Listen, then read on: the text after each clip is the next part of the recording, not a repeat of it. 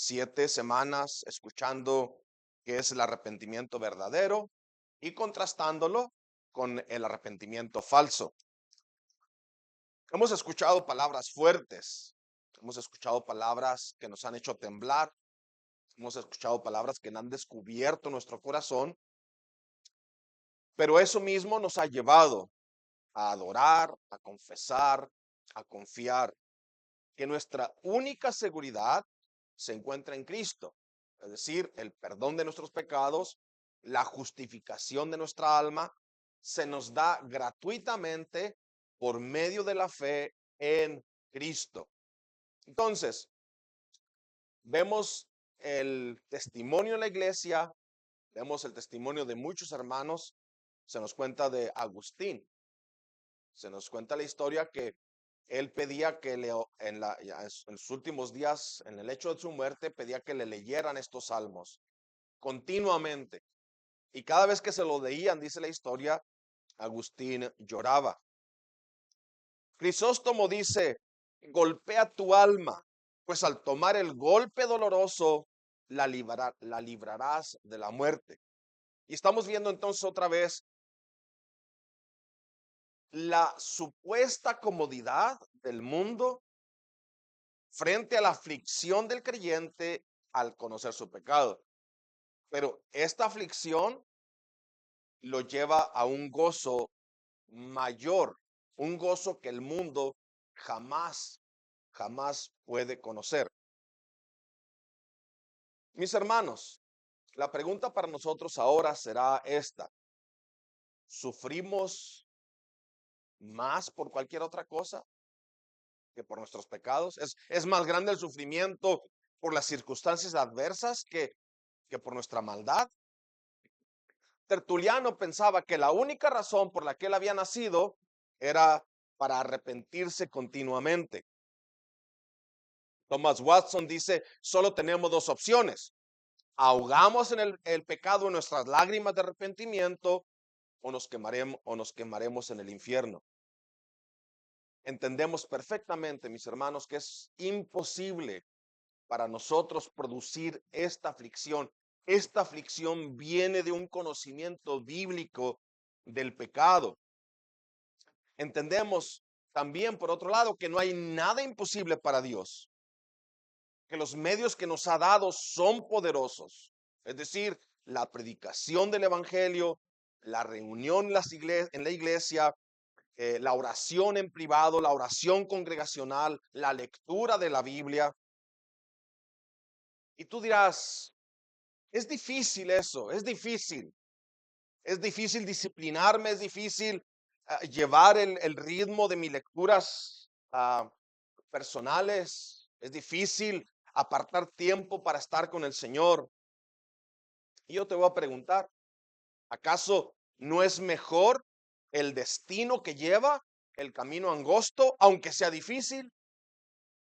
¿Acaso no es mejor 1000 veces lo que hay detrás de la puerta estrecha, aunque esto implique el rechazo del mundo y la privación de placeres temporales del pecado?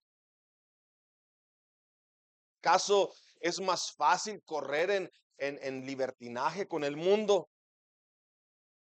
Es mejor, mis hermanos, llegar al cielo con 1000 dificultades que ser condenados a muerte eterna por querer vivir sin contratiempos. ¿Qué precio estarían dispuestos aquellos que están en el infierno ahora mismo? ¿Qué precio estarían dispuestos a pagar si les fuera posible arrepentirse? ¿Cómo sería su clamor si se les diera una oportunidad más? ¿Cuántas lágrimas derramarían? ¿Cómo clamarían al Señor por el perdón de sus pecados? Pero para ellos es demasiado tarde. Ellos no pueden arrepentirse. Pero algo muy terrible, tampoco quieren arrepentirse. Su corazón ahora está lleno de odio. Su corazón está lleno de amargura, de coraje. Sufren una eternidad de castigo. Por eso entonces hagamos nosotros nuestro día de arrepentimiento. Hagamos este nuestro día de buscar la paz para con Dios por medio de nuestro Señor Jesucristo. Que hoy, tú que has creído, sigas confiando. Y tú que no has creído, hoy es el día que tú vengas arrepentido, clamando por tu salvación. La iglesia de nuestro tiempo, tristemente, desconoce esta doctrina. La iglesia de ahora no se conoce por ser una iglesia que se arrepiente, que se duele por el pecado.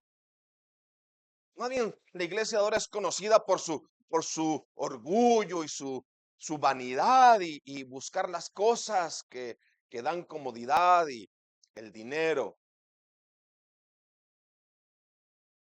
Todavía, todavía no alcanzamos a ver las consecuencias que vendrán sobre esta nación por ignorar esta doctrina, la doctrina del arrepentimiento. Ni tú ni yo alcanzamos a entender todavía en su totalidad la consecuencia de no entenderla, de no creerla, de no practicar esta doctrina. Así que mis amados hermanos, el Señor nos conceda despertar y provoque en nosotros un espíritu de humillación, de arrepentimiento, un arrepentimiento verdadero que traiga la vida a aquellos que todavía están muertos y que a nosotros nos lleve y nos encamine en el camino de la santidad. Así que se suponía que este sermón iba a ser Juan 1:1. No pude, no pude. Necesito, mis hermanos, 3 sermones más. 2 más hablando del arrepentimiento y 1 más hablando de la liberación gloriosa de los hijos de Dios. Quiero que oren por mí. Y así abramos la Biblia en Hechos 17. Y el tema también va a ser otra vez el arrepentimiento. Hechos 17, de los versículos 16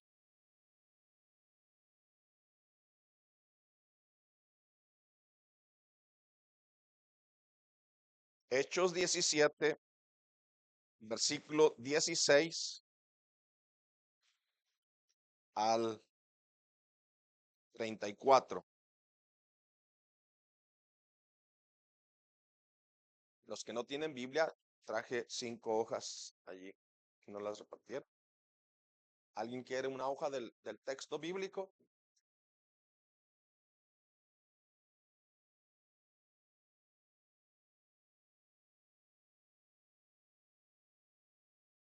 Hermano, gracias. Dice entonces la palabra de Dios así: mientras Pablo esperaba a sus compañeros en Atenas, su espíritu se enardecía viendo la ciudad entregada a la idolatría. Es decir, Atenas, una ciudad grande, entregada a la idolatría. Así que discutía en la sinagoga con los judíos y piadosos y en la plaza cada día con los que concurrían. Y algunos filósofos de los epicúreos y de los estoicos disputaban con él. Y unos decían: ¿qué querrá decir este palabrero? Y otros: parece que es predicador de nuevos dioses, porque les predicaba el evangelio de Jesús y de la resurrección. Y tomándole, le trajeron al Areópago, diciendo: ¿podríamos saber qué es esta nueva enseñanza de que hablas? Pues traes a nuestros oídos cosas extrañas. Queremos pues saber qué quiere decir esto, porque todos los atenienses y los extranjeros residentes allí en ninguna otra cosa se interesaban sino en decir o en oír algo nuevo. Entonces Pablo, puesto en pie en medio del Areópago, dijo: varones atenienses, en todo observo que sois muy religiosos, porque pasando y mirando vuestros santuarios, hallé también un altar en el cual estaba esta inscripción: al Dios no conocido. Al que ustedes adoran, pues, sin conocerle, es a quien yo os anuncio. el Dios que hizo el mundo y todas las cosas que en él hay, siendo Señor del cielo y de la tierra, no habita en templos hechos por manos humanas, ni es honrado por manos de hombres como si necesitase de algo, pues Él es quien da a todos vida y aliento y todas las cosas. Y de una sangre ha hecho todo el linaje de los hombres para que habiten sobre toda la faz de la tierra. Y les ha prefijado el orden de los tiempos y los límites de su habitación, para que busquen a Dios, si en alguna manera palpando puedan hallarle, aunque ciertamente no está lejos de cada uno de nosotros, porque en él vivimos y nos movemos y somos, como algunos de vuestros propios poetas también han dicho, porque linaje suyo somos. Siendo pues linaje de Dios, no debemos pensar que la divinidad sea semejante a oro, o plata, o piedra, escultura de arte y de imaginación de hombres.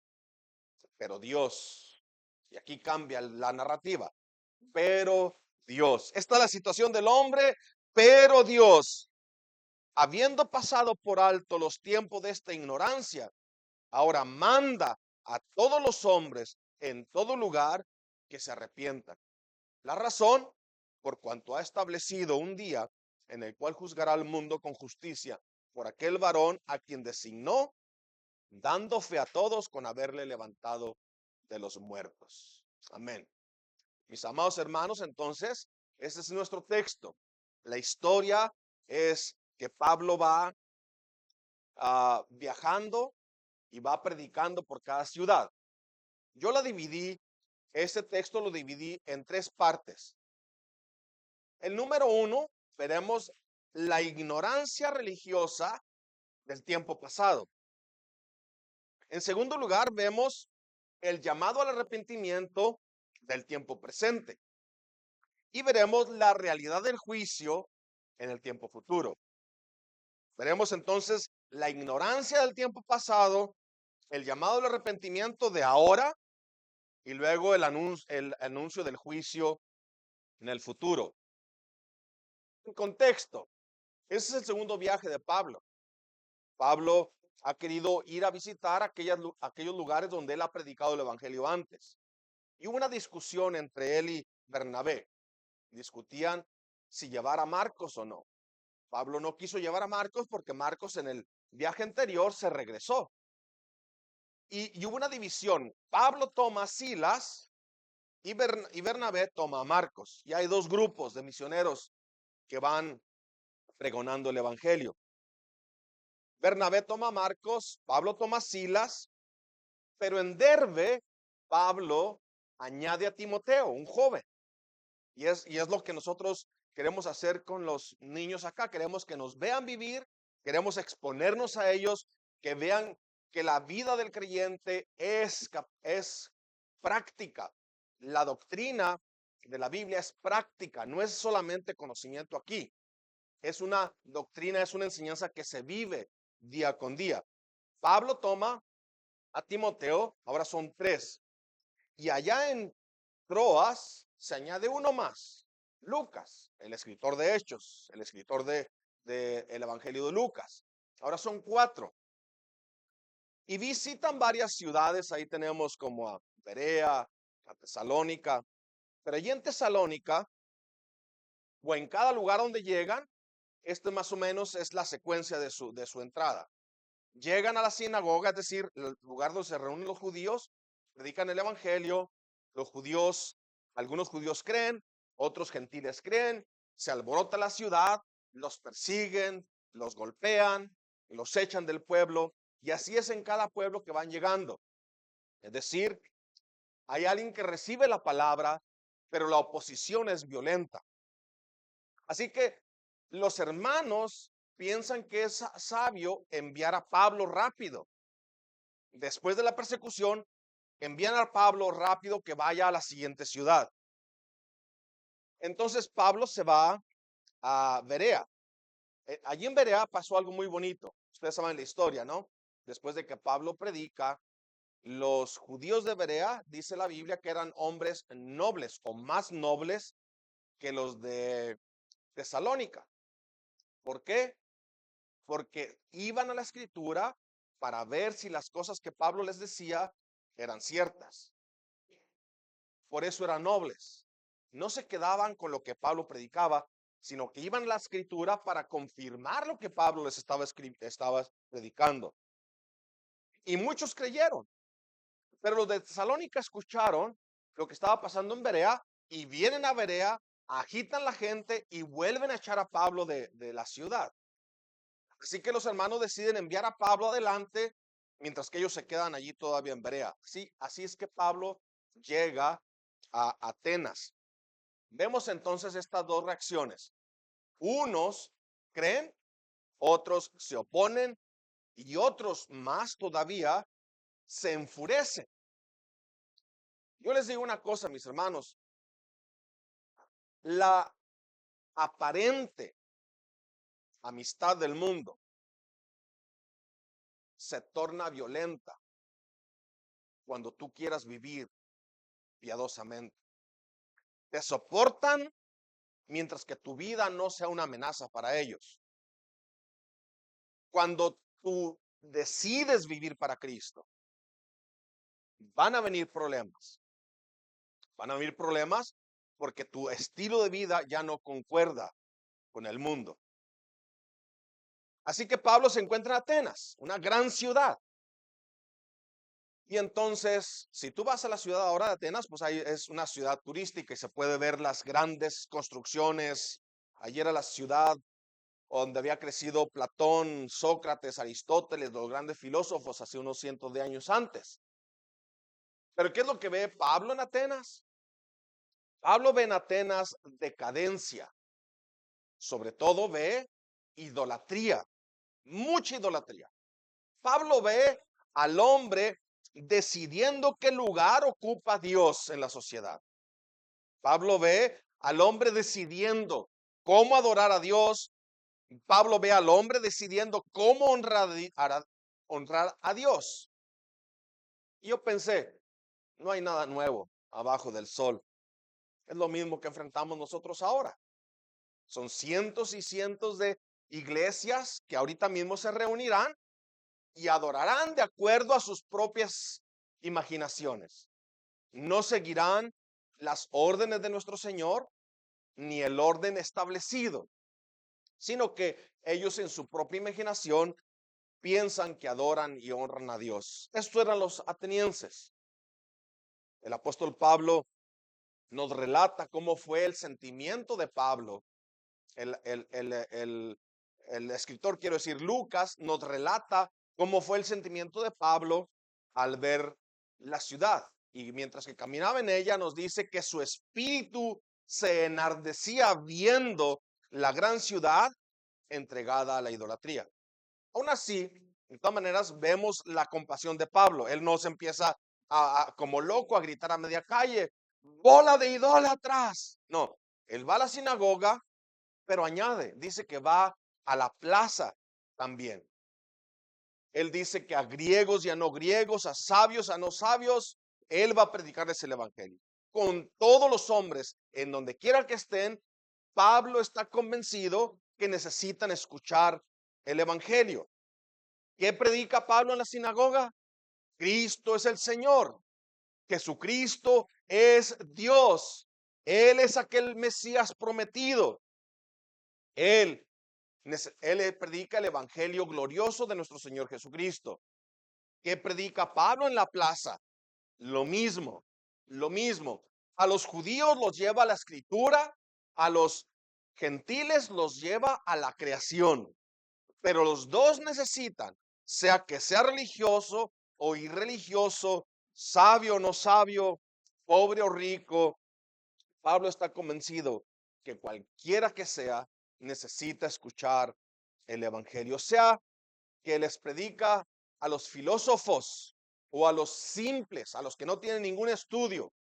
Pablo está convencido que el evangelio aguanta cualquier prueba, aguanta cualquier escrutinio, cualquier pregunta, El Evangelio de Jesucristo concuerda con la realidad del hombre. Sean sabios de este mundo o lo más simples, el Evangelio de Jesucristo es el poder de Dios para salvar a los que creen. La respuesta a la idolatría de Atenas es la misma respuesta para la idolatría de ahora. La respuesta para la ignorancia del pasado es la misma respuesta para la ignorancia de hoy. El Evangelio de Jesucristo es el único mensaje que es consistente con la realidad del hombre. El primer punto entonces es este: la ignorancia del tiempo pasado. Escuche, escuche, la consistencia del mensaje con la realidad del hombre. Pablo va a ir con los atenienses y los va a llevar a la inconsistencia de su religión. No concuerda con la realidad. Pablo está convencido que el evangelio es el único mensaje que concuerda con la realidad. Sea cual sea la situación, el evangelio de Jesucristo da una respuesta sólida. Por eso el mundo vive confundido, porque no es consistente con la realidad. Sea su filosofía de la vida, sea lo que piensa, sus propósitos, todo no concuerda con la realidad. Muy pronto se topan con las paredes, se golpean a sí mismos, se caen, se levantan y como ciegos siguen cayéndose y vuelven a caer y no aprenden. ¿Cuál es la razón? La visión que tienen del mundo no concuerda con la realidad. Por naturaleza, por naturaleza, el hombre es creado para ser un adorador. Dios creó al hombre para adorar a Dios. Así es que no funciona a menos que esté en Cristo. De otra manera, la vida no concuerda, o los pensamientos o sus planes no concuerdan con la realidad. Escúchame, escúchame por favor. Quieras o no, las pruebas están por todos lados. Tú las puedes ver. Tú puedes ver hogares destruidos, violencia, muerte, odio, rencor, se lastiman y lastiman a otros. La confusión de la identidad. No saben quién son. Ya no saben quién son. Y no saben quién son solamente porque ignoran quién es Dios. En esa relación es que yo entiendo quién soy yo. En segundo lugar, vemos a Pablo, entonces, declarando la religión de ellos como falsa, pero los descubre en sus inconsistencias. Vea conmigo el versículo 24 y 25 y 29 de Hechos 17. Si Dios es creador, dice Pablo, si Dios, más bien, Dios siendo el creador del mundo, siendo el creador de todas las cosas que hay en el mundo, siendo Señor del cielo y de la tierra, sencillo, no habita en templos hechos por manos humanas. ¿Habrá Dios aquí? Imposible. Otra de las inconsistencias. Si Dios es creador, si Dios es el que hizo todo, si Él es Señor, si Él gobierna en el cielo y en la tierra, ¿cómo podremos honrarlo nosotros? ¿Necesita Él algo de nosotros? No, imposible. Él es el que nos da. Él no necesita de nosotros, nosotros necesitamos de Él. ¿Estás viendo la inconsistencia de la religión de ellos? Pero mis hermanos, en cierta manera, la religión de nuestro día no difiere de eso. Yo siempre les recuerdo en la música contemporánea, o la música de mi pueblo con la que yo crecí, y un músico muy famoso, Ramón Ayala. Y Ramón Ayala, en una de sus canciones, dice: buenos días, Señor Dios. Mira, tenía muchas ganas de visitarte desde antes, pero ya estoy aquí. Como que Dios estaba allí ahumado, pobrecito, esperando a que Ramón Ayala se le ocurriera venir a visitarlo. Antes de que él viniera a visitarlo, el pobre Dios estaba allí esperándolo, muy triste. No, dice Pablo, lo que ustedes están pensando de Dios es inconsistente. Fíjese bien, dice el versículo 29. Siendo pues linaje de Dios nosotros, si Él nos creó a nosotros, entonces no debemos pensar que la divinidad sea semejante o se parezca a uno de nosotros. Imposible. No sea semejante a oro o plata o piedra, escultura de arte. Y aquí está la razón de todo. Imaginación de hombres. Toda la religión de los atenienses era de acuerdo a la imaginación de ellos, no de acuerdo a la realidad. La vida total del hombre sin Cristo es una contradicción. Quisiera que me escucharan, por favor. Un momento, por favor. Escúchame. Lo que pretendes alcanzar, escucha, lo que te has propuesto hacer separado de Jesucristo, no te va a funcionar. No te va a satisfacer. Cualquiera que sean tus planes. ¿Por qué? Por la sencilla razón de que la realidad de la vida no concuerda con tus propósitos afuera de Jesucristo. Eso es lo que vas a lograr. Tu propia frustración, en el mejor de los casos, o tu propia destrucción. Sea cual sea el camino que tomes, ignorando a Cristo, su plan, su obra, cualquiera que sea el camino que llevas, no concuerda con la realidad. Te verás desamparado, destrozado, sin lugar para ir más allá. La religión de los atenienses no les ayudaba a llegar al conocimiento del Dios verdadero. Es más, su religiosidad idólatra era inconsistente con la realidad. Es decir, que la vida sin el conocimiento de Dios está lleno o llena de inconsistencias, no concuerda. Eso es verdad de nuestros días también. Se puede decir que la ignorancia aún abarca a aquellos que profesan creer. Es decir, la ignorancia dentro de la iglesia. La Biblia es desconocida.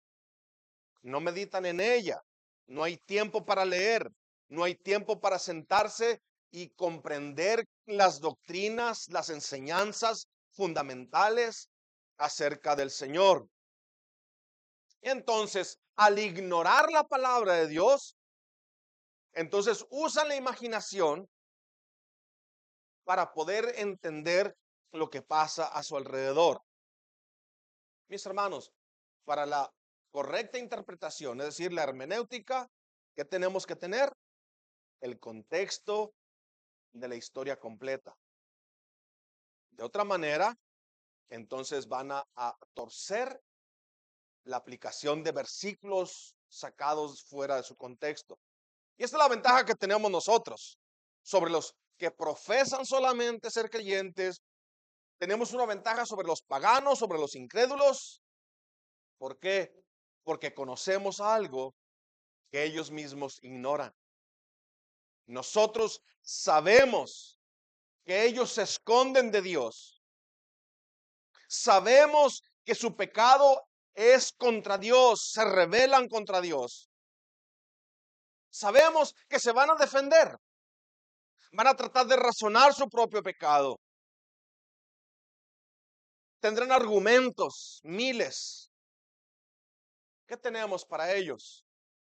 El evangelio glorioso de nuestro Señor Jesucristo. Pablo dice que cualquiera que sea su argumento, no les es posible escapar. Porque las cosas invisibles de Dios, su eterno poder y deidad se hacen claramente visibles desde la creación del mundo, siendo entendidas por medio de las cosas hechas, de modo que no tienen excusa. La inconsistencia de la religión en la ignorancia. Mis hermanos, de esa ignorancia nos libró el Señor. Él es el Dios que hizo el mundo y todas las cosas que en él hay. Siendo Señor del cielo y de la tierra, no es honrado por manos humanas, ni vive en templos construidos por manos de hombres. Él es el que da aliento a todo y todas las cosas, porque de Él y por Él y para Él son todas las cosas. Romanos 11:36. Así que Pablo los lleva de la ignorancia del tiempo pasado al arrepentimiento del tiempo presente. El apóstol Pablo nos dice Lucas en el versículo 17 que discutía en las sinagogas con los judíos y piadosos y en la plaza cada día con los que concurrían. Y en el 18 dice, les predicaba el evangelio de Jesús y de la resurrección.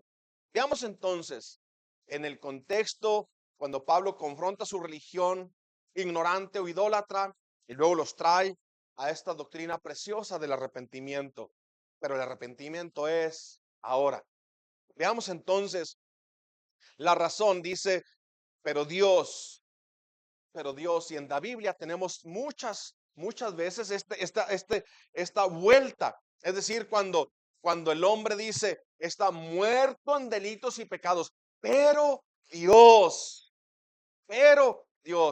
no se preocupe, todo está bien, perfecto. Entonces, pongan atención acá, no se preocupe, todo está bien. Usted escuche acá, mire, lo que está Pablo anunciando ahí es el evangelio de Jesucristo y de la resurrección.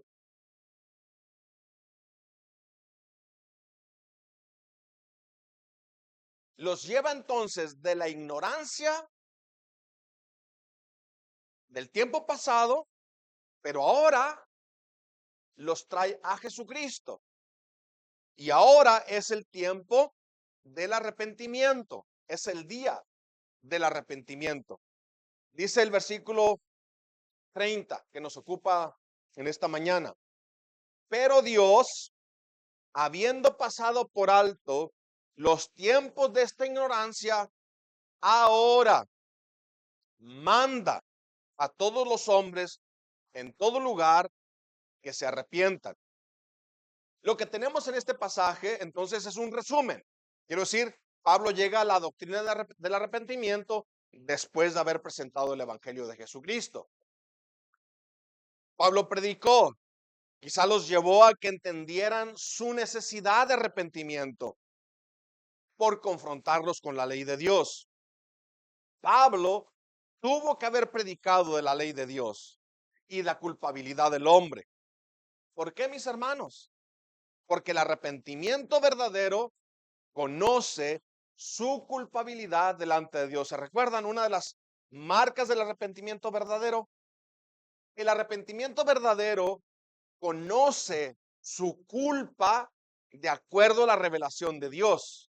Cualquier otro sentido de culpa no es arrepentimiento verdadero, es remordimiento por haber dañado tu propia vida o haber dañado la vida de los demás.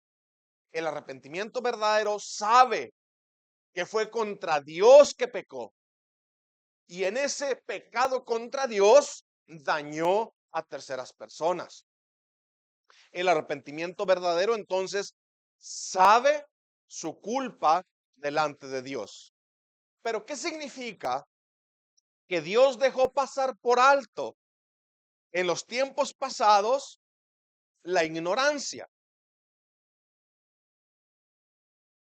Dios, habiendo pasado por alto los tiempos de esta ignorancia, pues no significa que Dios no te juzgó cada día para condenarte por violar su ley constantemente.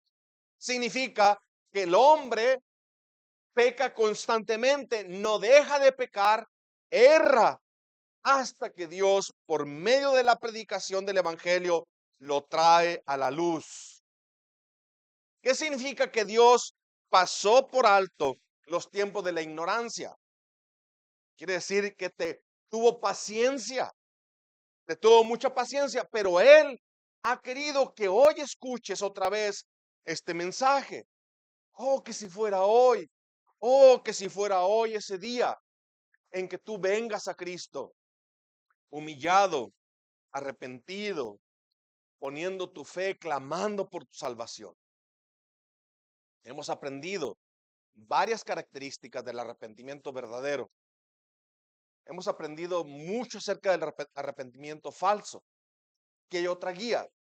El arrepentimiento verdadero busca el perdón de sus pecados, mis hermanos. Lo busca rápidamente. Lo busca con urgencia. Hace planes. Cambia sus metas. Sacrifica su tiempo porque necesita escuchar de Cristo. Necesita escuchar de Cristo extendiendo su mano a pecadores, ofreciéndoles perdón. Para él ese es el momento más glorioso. El arrepentimiento verdadero busca rápidamente el perdón de sus pecados. Escuche, pero Dios, habiendo pasado por alto los tiempos de esta ignorancia, ahora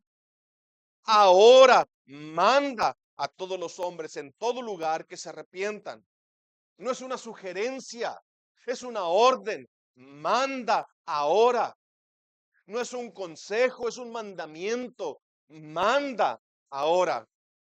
Es un mandato urgente. Es ahora.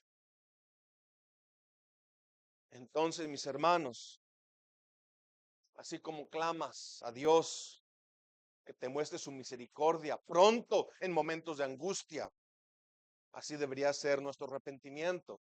Rápido, urgente.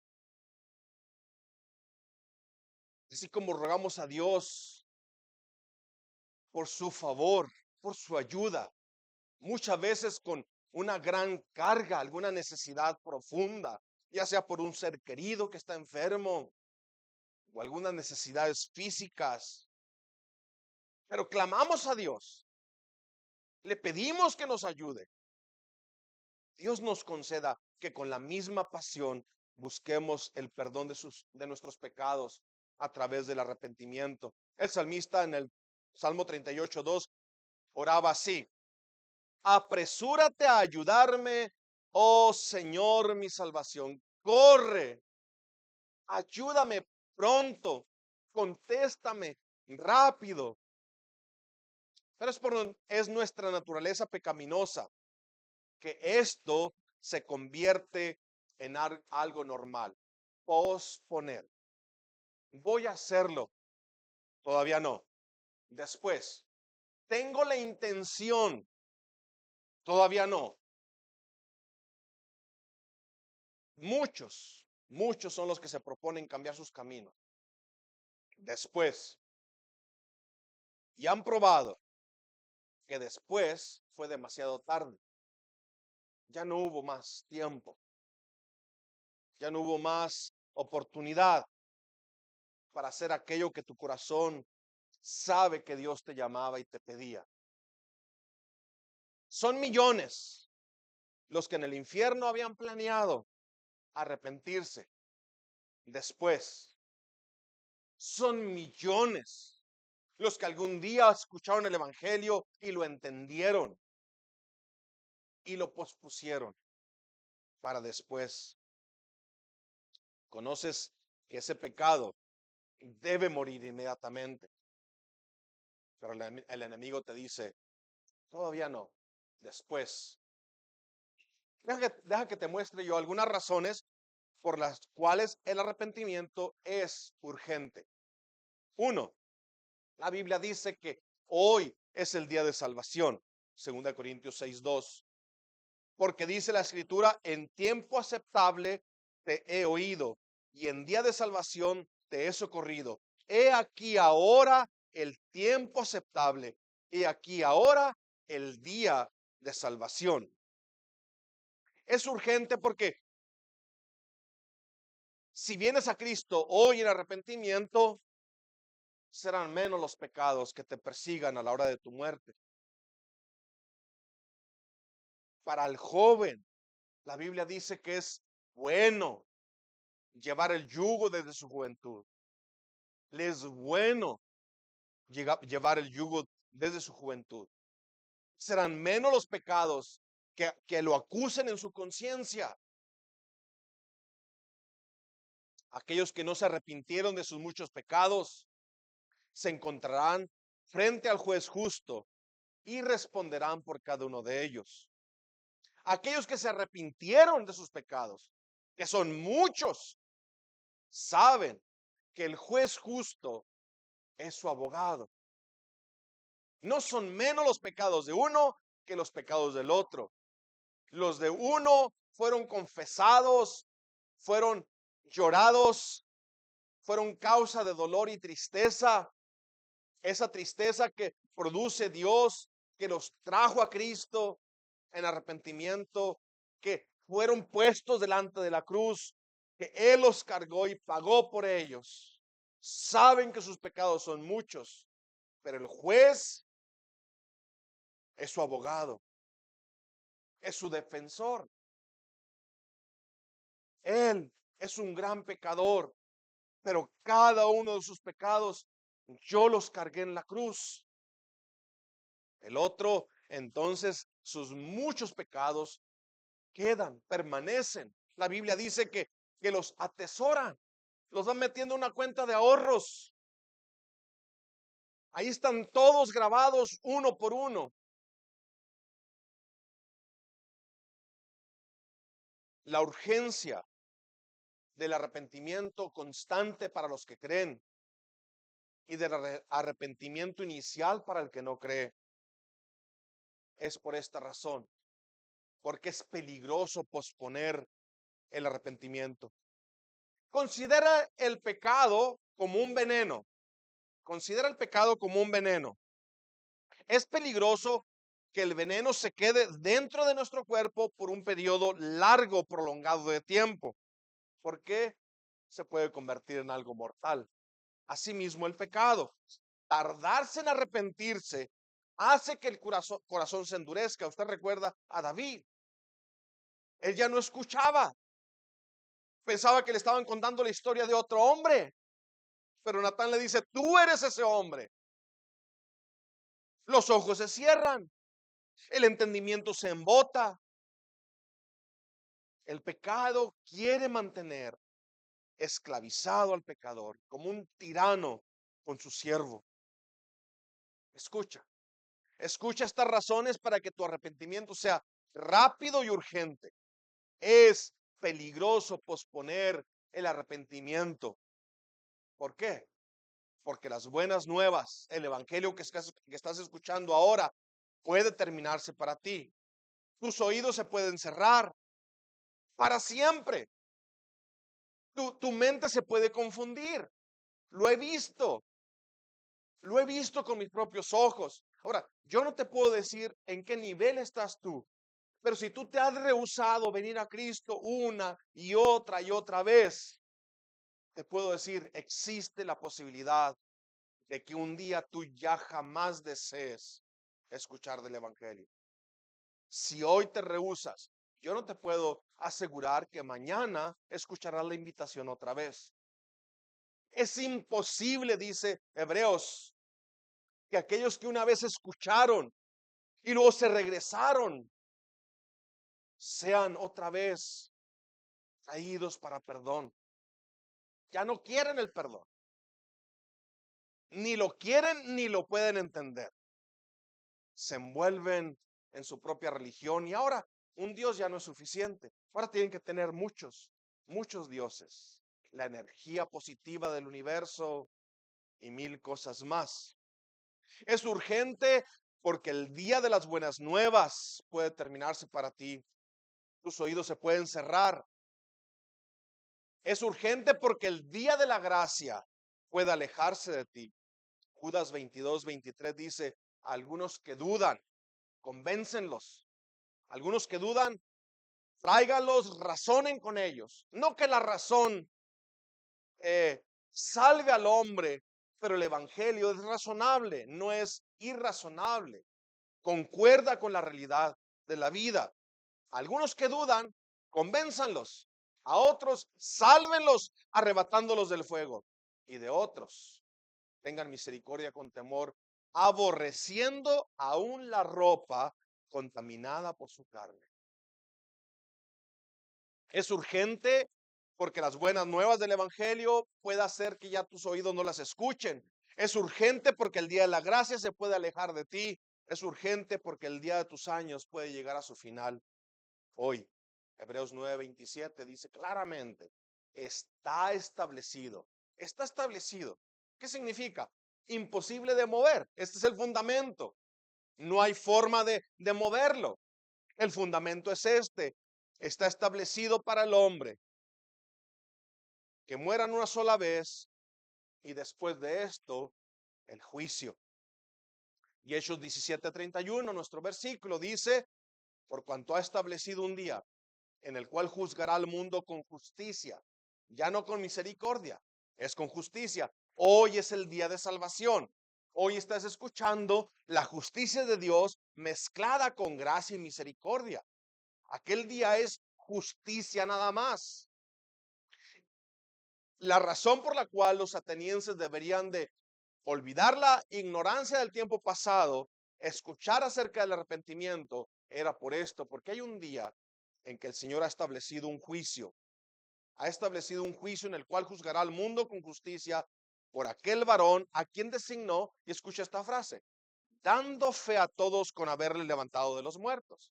Y luego cuando los atenienses escucharon de la resurrección de los muertos, empezaron a burlarse. Se burlaron. Ya no se sabe si el evangelio se oía más que las risas y los chistes de los atenienses. No escucharon, mis hermanos, no escucharon. No está hablando de la resurrección de todos los muertos, está hablando de la resurrección de un hombre. ¿A quién se refería Pablo cuando dijo aquel varón? ¿Qué escucharon los atenienses? La resurrección de los muertos. Y no escucharon de aquel varón que resucitó, que venció la muerte con poder, que se levantó con un cuerpo glorificado. ¿A quién se refiere?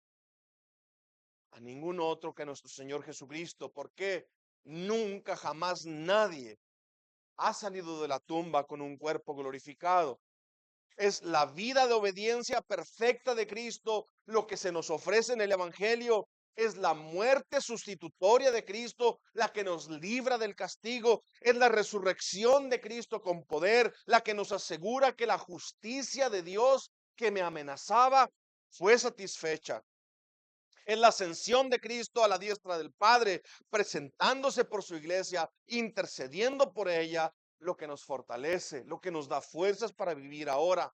Es su promesa de regresar y culminar la historia de la redención, la que nos da esperanza de que también nosotros tendremos un cuerpo glorificado.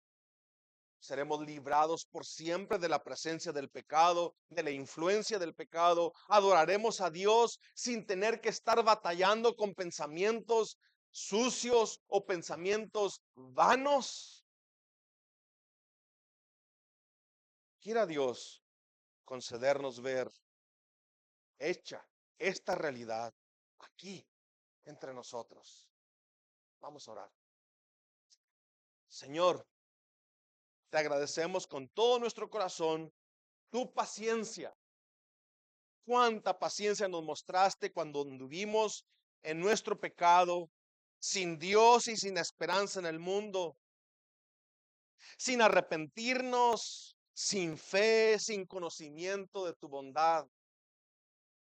Padre, por favor, aquellos que no han creído, por favor, hazles entender que lo que ahora reciben es la paciencia, pero que esa paciencia es con el propósito de llevarlos al arrepentimiento.